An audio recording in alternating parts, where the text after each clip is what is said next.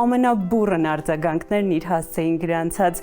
գիրք է հրաշալի Ֆիլիպ Ռոթի «Մեռնող կենդանին»։ Այս գործը որքան էլ ունի խառը հոգեբանական խնդիրներ, այն աղմուկ չէ, այն երաժշտություն է։ Որոշակի բաց տեսարանների ֆոնի վրա լսում ենք ինչ-որ բացասական արձագանքներ։ Ինքը գնում է արդեն ոչ թե մարմնական իմպուլսով,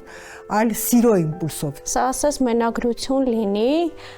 որ վրեժխնդիր լինի տարիքից, ծերությունից։ Ինքն էլ այդ մեռնող կենդանի տարիքի պատճառով, այդ երիտասարդ աղջիկն էլ է ինչ-որ առումով մեռնող կենդանի իր կարգավիճակի պատճառով։ Հենց առաջին մեռնող կենդանին ընկերներ, այլ կերպ ասած իր բանականությունը։ Հենց որ կենդանին մեռնում է դրա հետ կյանքը։ Այս վեպում մեռնում են բոլորը եւ մեռնում ենք բոլորս։ Բայց ի տարբերություն նախորդ սերունդների, մեզ ոչ ոք խոստում չի տվել հավերժական կյանքի։ Մնացել է երկու էջ,